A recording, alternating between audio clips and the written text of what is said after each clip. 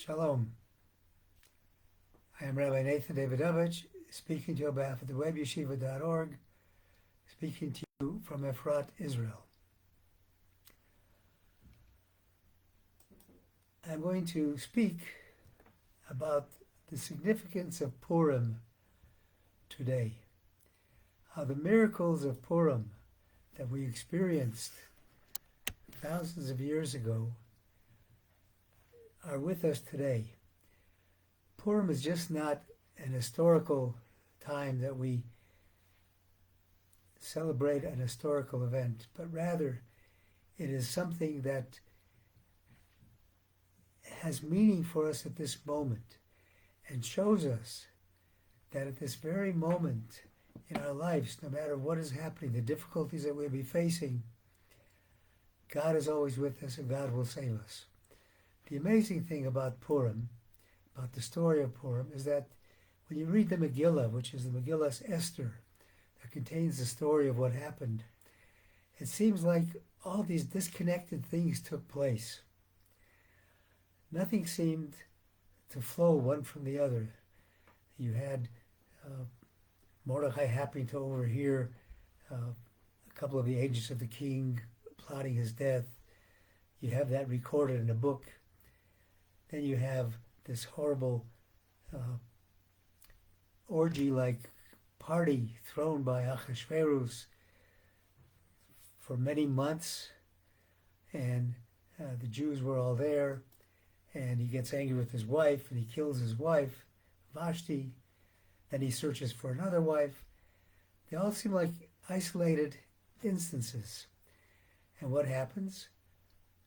We see that King Achashverus gave in to his wicked advisor Haman and agreed to kill the Jews. They drew lots to kill the Jews on a specific day. And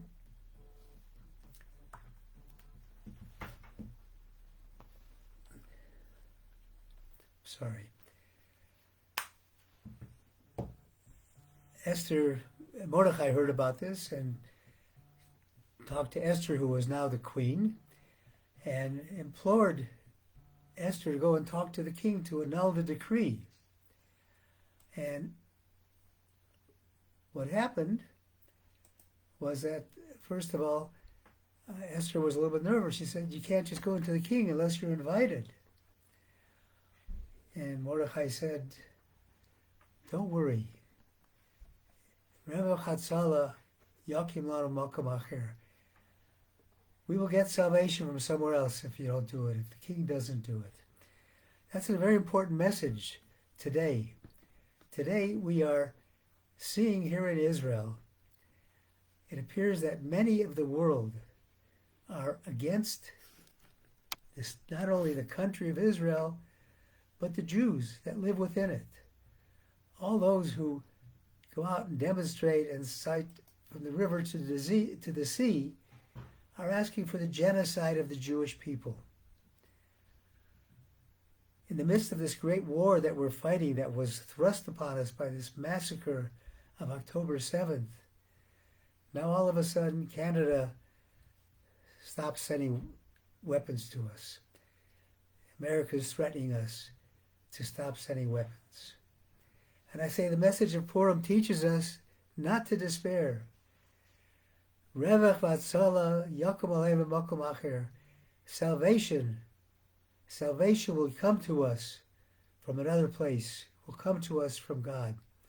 Because in the Purim story, that seems all disconnected, the end, God arranged to save the Jewish people.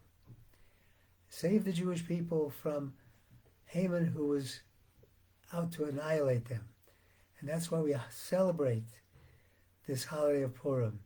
Now there's an interesting Mishnah in Megillah, in the 5th paragraph, that says, "Hakore lemafreya lo yotza."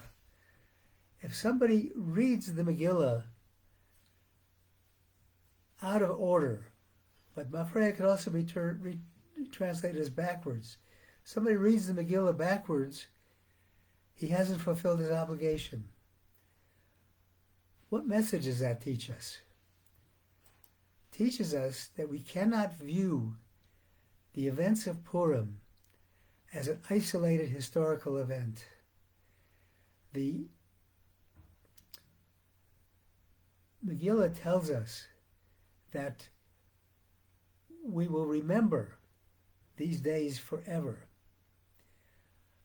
We have to understand that just as God was hidden there from the Jewish people, it seems that God is often hidden from us, but God is ready to reveal himself at any time.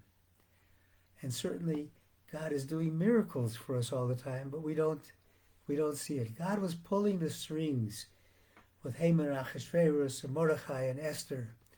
God was determining what's going to happen. He was the puppeteer. He was making everything happen. So in the end, even though God's name was not written in the Megillah, this was all the work of God behind the scenes. The word Esther comes from the Hebrew word hester, which is hidden. God was apparently hidden.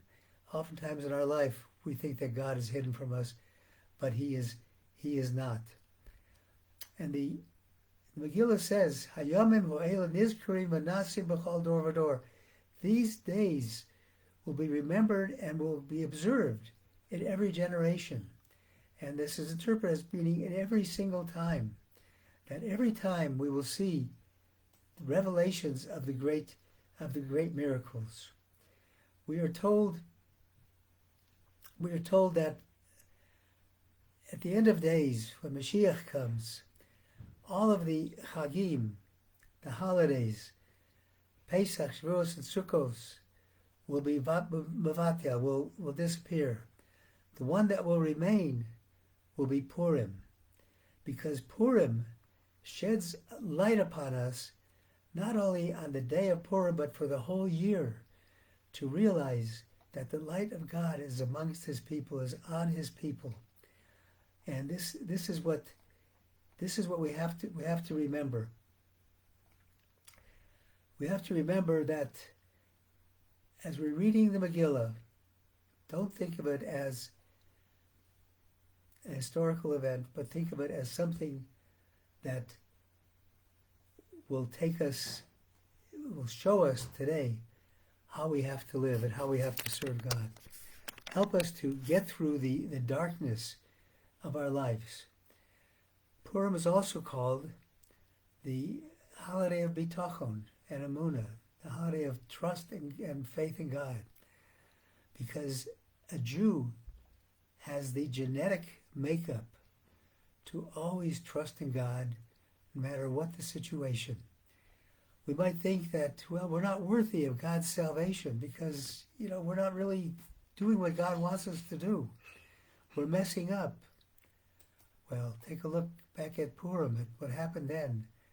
The Jews were sitting at the table with Achashverus, celebrating, using the vessels, the holy vessels that had been stolen from the holy temple, the Beis Hamikdash, using those vessels, engaging in this conduct with Achashverus, had sunk to the lowest level. God didn't care, because God has appointed us, the Jewish people, as His chosen people. God says, "B'ni bichorim atem," you are my children. And a father doesn't give up on his child. And you can have a situation where a child who's really does everything contrary to what his father wants. His father listens to him, and his father grants him his desires, despite how he's acting, because he remembers the good. He remembers the good that this son has done, the happiness that the son brought him. Same thing with the Jewish people. God remembers always the good that we have done, the Torah that we have studied, the mitzvahs, the commandments we have fulfilled, the kindnesses that we have done on everybody else. And thinking of that, He won't worry about what we look like at the moment, because what's important is God is our Father. He will save us. Let's remember to do that, and we will not fear what anybody in the world tries to do to us. Am Yisrael Chai, the Jewish people lives and will live with God's help. I wish everybody a Purim Sameach, happy, healthy Purim, and thank you for listening on behalf of the web yeshiva.org.